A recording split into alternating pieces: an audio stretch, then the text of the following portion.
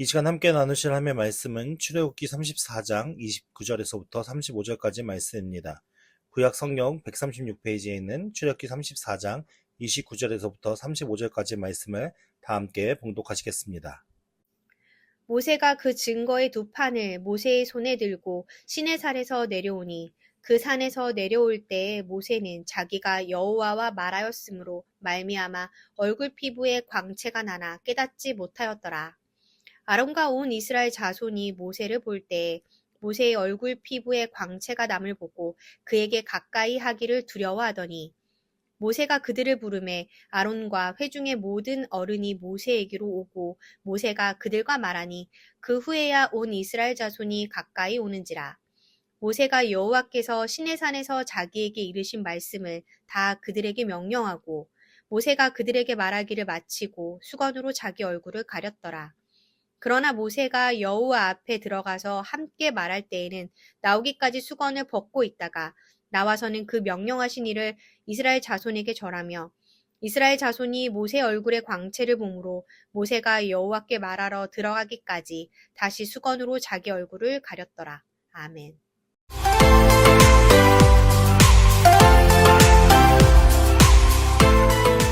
이제 저희가 출애굽기가 거의 마무리 단계에 이른 것 같습니다. 오늘 이제 24장 마지막 하반절 마지막 단락에 말씀을 나누고 이제 35장부터는 쭉 앞에 성막을 이야기할 때 중복된 내용들이 계속 반복되어서 이제 오늘 말씀하고 다음 주 정도에 40장에 나오는 그 내용의 말씀을 마무리하면 이제 출애굽기는 우리가 한번 쭉 살펴보는 것이 될 것 같습니다. 그래서 이제 마지막 이제 출애굽기 결론부에 해당하는 말씀을 함께 나누게 되니까 여러분 잘 말씀을 들으시고 마음 깊이 새기시기 바랍니다. 오늘 29절 말씀에 모세가 그 증거의 두 판을 모세의 손에 들고 시내산에서 내려오니 그 산에서 내려올 때에 모세는 자기가 여호와와 말하였으므로 말미암아 얼굴 피부에 광채가 나나 깨닫지 못하였더라 라고 말씀하고 있습니다. 지금 모세가 무엇을 갖고 내려오고 있습니까? 두 돌판, 그죠? 그 돌판 첫 번째 돌판입니까? 두 번째 돌판입니까? 두 번째 돌판입니다. 두 번째 돌판이라는 걸 알아야 됩니다. 왜 두 번째 돌판이 중요하냐면 첫 번째 돌판으로 맺어야 할 언약이 첫 번째 돌판이 깨짐으로 말미암아 파기되었었죠. 그러니까 두 번째 돌판을 주셨다는 것은 언약이 어떻게 됐다고요? 갱신된 걸 얘기하는 거예요. 새롭게 언약을 맺은 거죠. 갱신이 된 거예요. 이전 언약은 무효가 되고 새롭게 언약을 맺은 게 두 번째 돌판의 이야기입니다. 그럼 이 첫 번째 돌판을 파괴하게 된 주범은 누굽니까? 하나님이십니까? 이스라엘 백성입니까? 이스라엘 백성들이에요. 사실은 이스라엘 백성들은 첫 번째 돌판을 파괴함으로 말미암아 그들이 다 진멸당해도 마땅히 할 말이 없는, 왜냐하면 자신들의 잘못과 자신들의 죄악됨으로 파괴가 되었기 때문에. 근데 하나님께서는 어떻게 하십니까? 그들이 그렇게 잘못된 그런 계약의 파괴로 인해 제약으로 인하여서 그들이 망하게 내버려두고 그들이 멸망당하게 내버려두는 것이 아니라 다시 한번 은혜의 손길을 베푸셔서 그들에게 다시 한번 기회를 주시는 거죠. 그래서 이 두 번째 돌판의 의미 속에 이스라엘의 그 범죄함과 하나님의 그 새로운 기회와 언약의 사랑의 긍휼의 그 마음이 그 안에 담겨져 있다는 것을 여러분들 잘 기억하셔야 되고, 그 돌판이 결국은 어디로 들어가게 되었습니까? 법궤로 들어가셔서 법궤의 세 가지 물건이 무엇이라고 했죠? 만나의 항아리, 아론의 성난 지팡이, 그리고 법궤, 언약의 두 돌판. 이 세 가지가 무엇을 상징한다고 말씀드렸습니까? 이스라엘의 범죄.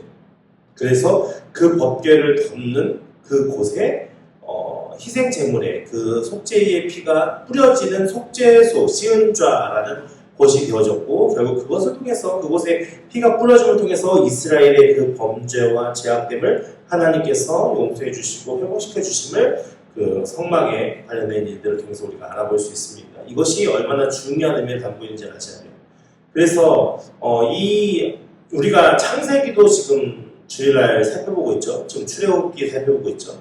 그래서 우리가 창세기에서 쭉 이어지는 내용의 개념이 무엇입니까? 에덴 동산이 어떤 개념이었다고요? 성소의 개념이었다고요. 하나님과 인간이 함께하고자 하는 마음으로 하나님이 그곳을 성소와 같은 개념으로 만드셨다. 그러면 그것이 아담이 잘 순종했습니까? 불순종했습니까? 불순종으로 파기되어졌죠. 그래서 아담이 쫓겨나게 되었습니다. 그리고 이제 출애굽기 와서 이스라엘 백성들을 택하셔서 그들에게 무엇을 주시는 겁니까? 성소를 주시는 겁니다. 그곳에 왜요? 하나님 그들과 함께 하시려고. 그리고 그것으로 인해 하나님 나라를 세우시려고. 그래서 열방이 하나님 나라를 통하여서 하나님 나라를 보고 그 제사 대제사장 나라로 사용되어져서 결국 모든 이방 민족들이 그 하나님을 앞에 돌아올 수 있는 어떤 축복의 통로로 그들을 택하시는 거죠. 그래서 이 성소가 하나님이 함께 하신다는 그 의미를 담고 있는데 결국 이 성소가 성전이 되어지고 성전이 나중에 교회가 되어지고 예수님이 오심으로 말미암아 교회가 되어지고 교회가 결국 나중에 새 예루살렘의 하나님 나라의 그런 모형의 모습으로 변화되어 가는 겁니다. 그래서 이 부분이 매우 중요함을 우리가 인지하고 생각해야 됩니다. 근데 이제 모세가 하나님 앞에 두 돌판을 가지고 내려올 때에 어떻게 했어요?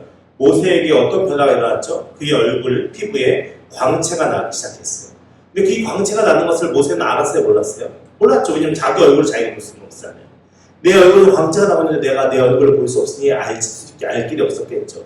하나님과 함께 말하고 하나님이 함께 했기 때문에 그 얼굴에 광채가 났다는 것은 결국 무엇을 의미하냐? 하나님의 영광이 지금 누구에게 입혀진 거예요?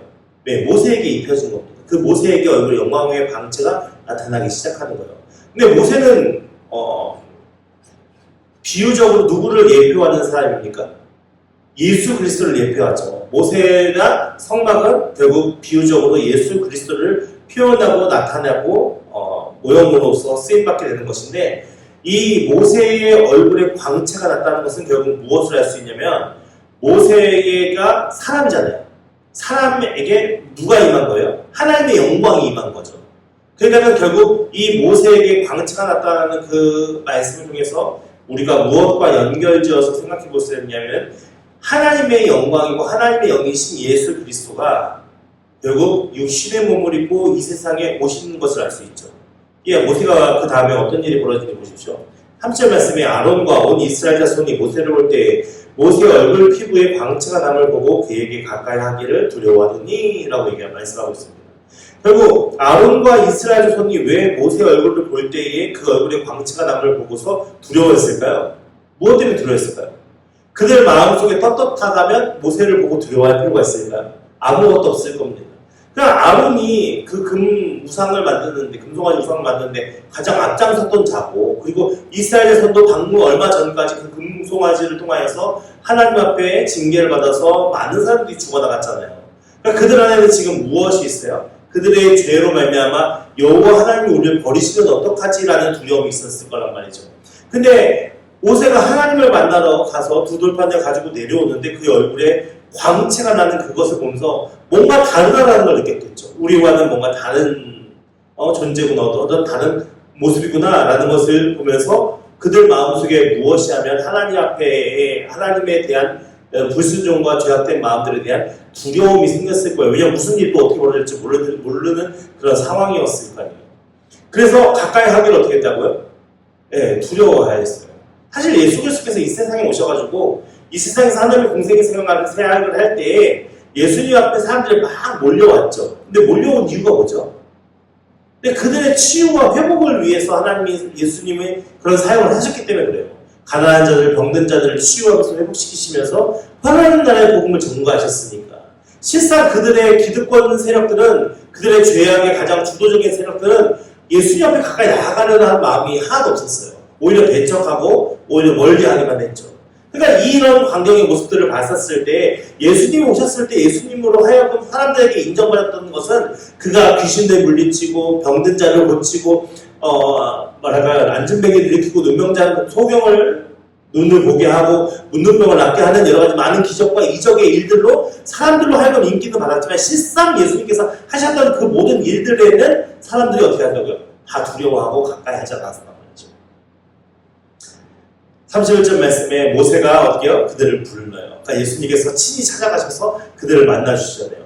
모세가 그들을 부르매 아론과 회중의 모든 어른이라는 것은 그의 대표 그룹을 얘기하는 거죠. 이스라엘 백성들의 대표 그룹을 말하는 거겠죠.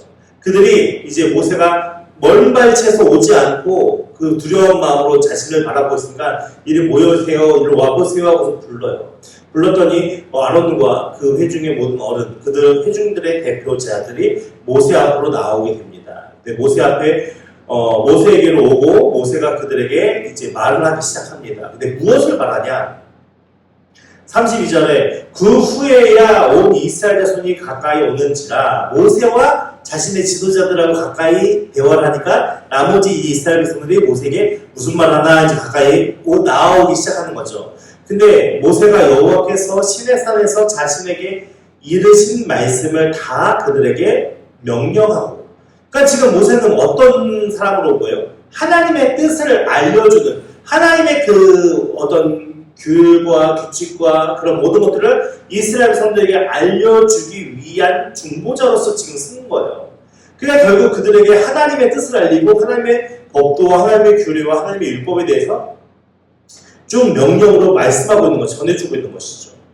그러니까는 예수님께서 이 세상에 오신 것은 예수님 개인적인 뜻과 어떤 개인적인 의견을 피력하기 위한 것이 아니라 여호와 하나님께서 우리에게 주신 구원의 은혜와 그 백성으로서 마땅히 해야 할 일들에 대한 것을 우리에게 쭉 말씀하시는 거예요.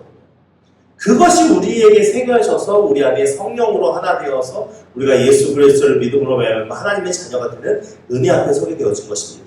결국 이스라엘 백성들은 다시 한번 주어진 은혜 안에서 모세를 통한 하나님의 말씀을 듣게 되었고, 그 말씀을 준행함으로 말미암아 그들이 그 하나님 나라의 백성다운 모습으로 살아갈 수 있는 모든 기준과 모든 방향성이 그들에게 제시가 되어진 것이거든요. 그래서 33절 말씀에 모세가 그들에게 말하기를 마치고 수건으로 자기 얼굴을 가렸더라.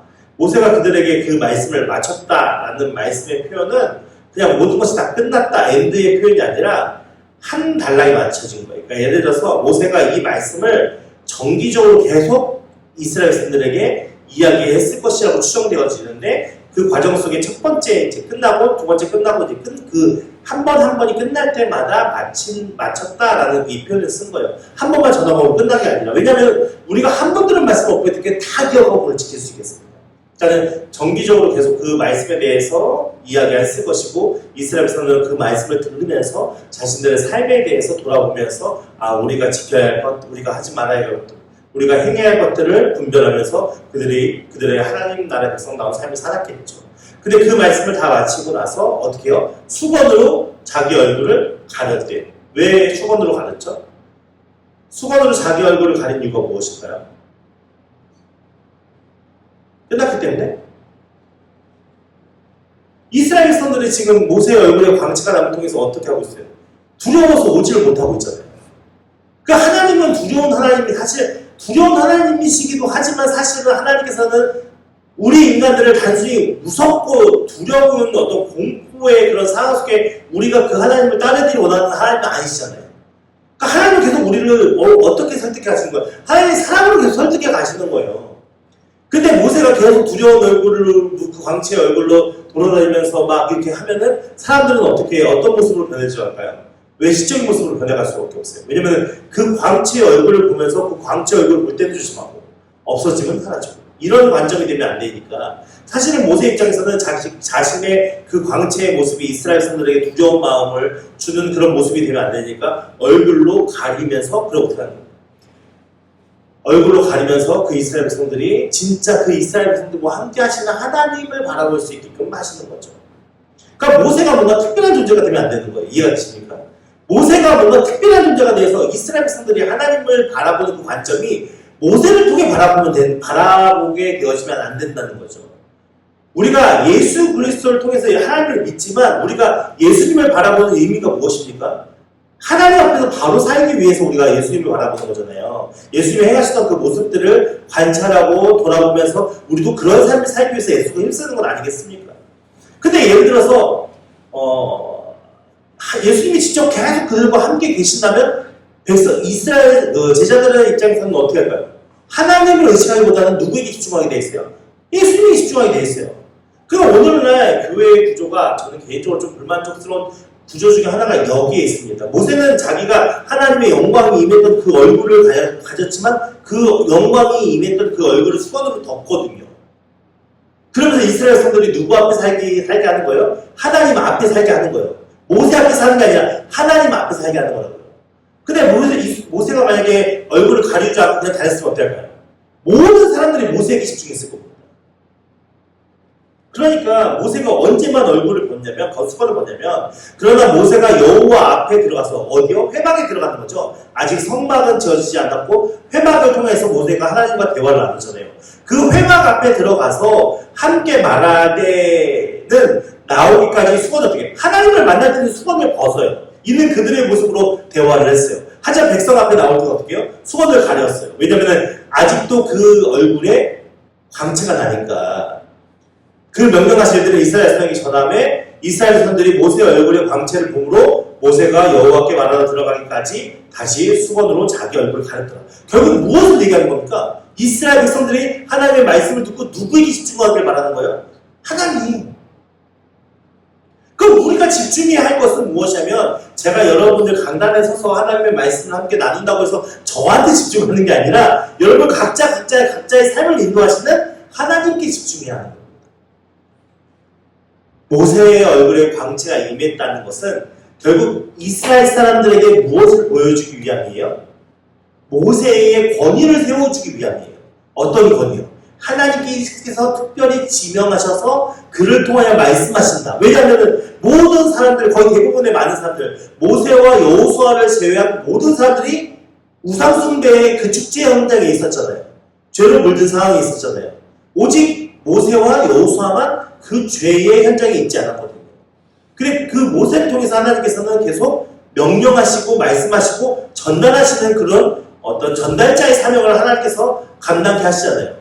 그런데 그 모세로 하여금 하나님의 광채가 임했다라는 것은 결국 뭐냐면 하나님의 뜻이, 하나님의 그 능력이 모세를 통해서 전달되는 그 어떤 신뢰나 정확도나 사람들의 그 마음이 받아들일 수 있는 그런 마음의 것들을 확실하게 갖게 하기 위해서 광채가 임했다고 볼 수 있는 것이고요. 그 결국 모세가 수건으로 광채를 덮은 것은 무엇이냐면 하나님의 말씀을 전할 때만 광채로 말하고 그 위에 모든 걸 덮었다는 것은 이스라엘 백성들이 그 계명을 지키며 그 말씀에 순종하며 살아가는 모든 관점의 일들을 누구를 의식하며 살아야 한다는 거예요? 모세가 아니라 하나님을 의식하며 살아야 한다는 말씀입니다. 그래서 참 이 출애굽기의 중요한 핵심의 과제가 하나님이 이스라엘 백성과 함께 하는 거거든요. 그래서 우리가 출애굽기 24장의 말씀에 보면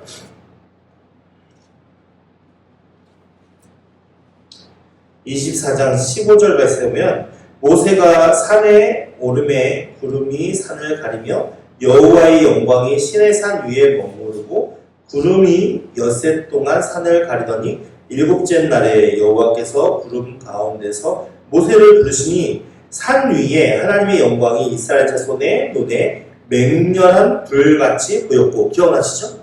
하나님의 영광이 시내 산에 임했는데 어떻게 해요? 그 이스라엘 백성들의 눈에 볼 때는 맹렬한 불 같았대요. 근데 그곳에 누가 들어간 겁니까? 모세가 들어간 거잖아요. 그러니까 그 모세가 살았는지 죽었는지 40일이 지났는데도 안 나타나니까 그들 마음속에는 어떻게 해요? 모세가 죽었다라고 생각할 수도 있는 거죠. 근데 그 시내산에 임하셨던 하나님의 영광이 지금 누구에게 지금 임했습니까? 오늘 말씀에는 모세에게 임했죠.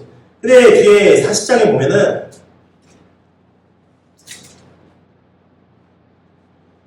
34절 이하 말씀 보면은 구름이 회막에 덮임에 여호와의 영광이 성막에 충만함에 라고 말씀하고 있습니다.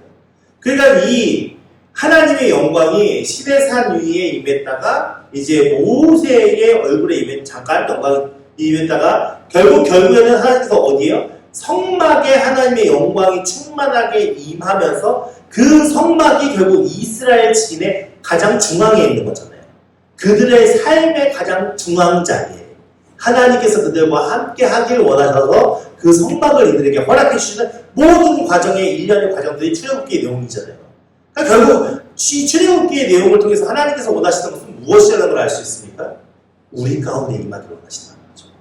우리의 중심에. 근데 우리의 중심에는 누가 있습니까? 내가 있잖아요. 내가 있으니까 하나님께서 임하실 수 있을까요? 아니요, 그렇지 않죠. 그래서 우리가 우리 중심에 그 하나님께서 임하시게끔 내어드리는 작업이 필요하겠죠. 그 내어드리는 작업은 뭡니까? 내 뜻과 내 계획과 내 욕망과 내 욕심을 벗어버리고 하나님의 말씀으로 채우며 하나님의 명령으로 채우며 그것을 순종하는 삶을 살면서 내가 내 중심의 모든 것을 하나님께 내어드리는 과정의 일들을 만들게 되는 거예요. 결국 이것이 성경에서 쭉 이야기하는 주제의 내용과 맞닿아 있는 것이고요. 오늘 우리가 하나님의 뜻 가운데 서 있어야 하는 이유인 것입니다. 오늘 우리 하나님께서 우리와 함께 하시기 위해서 얼마나 많은 사랑과 희생과 긍휼과 헌신과 수고를 통해 우리에게 다가오신지를 우리 깨닫는 은혜가 있기를 예수님으로 축원드립니다. 그래서 모세에게 임했던 그 하나님의 영광, 그것이 오늘 우리에게 성령으로 우리에게 다가오셔서 하나님의 말씀, 전해주시는 하나님의 말씀이 우리 안에 새겨질 수 있는 것이고요.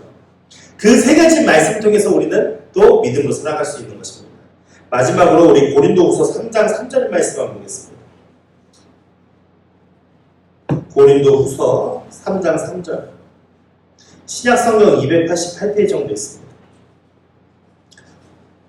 신약성경 뒤에 288페이지 정도 있는 고린도후서 3장 3절 말씀. 사도 바울이 고린도 교회에 보내는 편지 서신의 말씀이죠. 3장 3절 말씀 제가 읽어보겠습니다.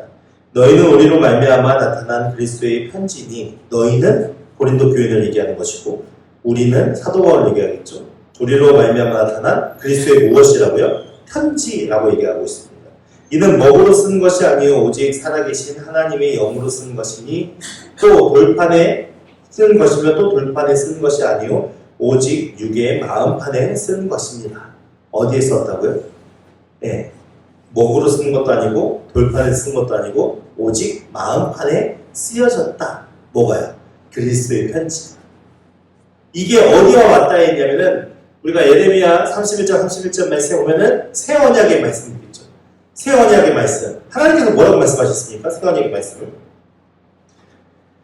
새 언약의 말씀을 뭐라고 얘기하냐면 예레미야 31장 31절 말씀에 여호와의 말씀이니라. 보라 날이 이르리니 내가 이스라엘 집과 유다 집에 새 언약을 맺으리라 라고 말씀하시면서 33절 말씀에 그러나 그날 후에 내가 이스라엘 집과 맺을 언약은 이러하니 곧 내가 나의 법을 그들 속에 두며 그들의 마음에 기록하여 나는 그들의 하나님이 되고 그들은 내 백성이 될 것이라. 여호와의 말씀이니라. 결국 어디에 새긴다고요?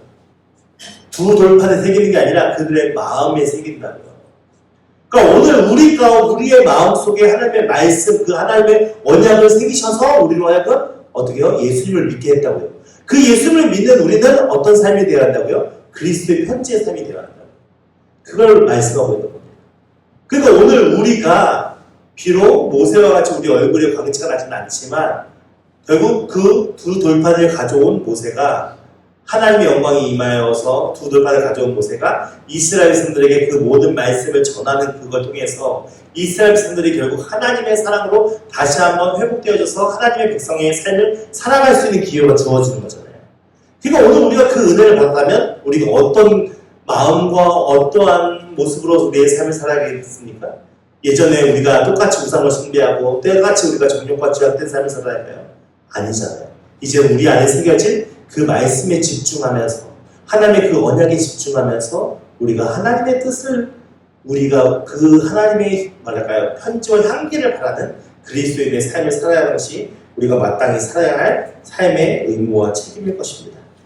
그래서 아까 본 고린도후서 3장 뒤에 17절 18절의 말씀 보면 주는 영이시니 주의 영이 계신 곳에는 자유가 있느니라. 우리가 다 수건을 벗은 얼굴로 거울을 보는 것 같이 주의 영광을 보매 그와 같은 형상으로 변화하여 영광에서 영광에 이르는 곧 주의 영으로 말미암으니라 라고 말씀하고 있습니다.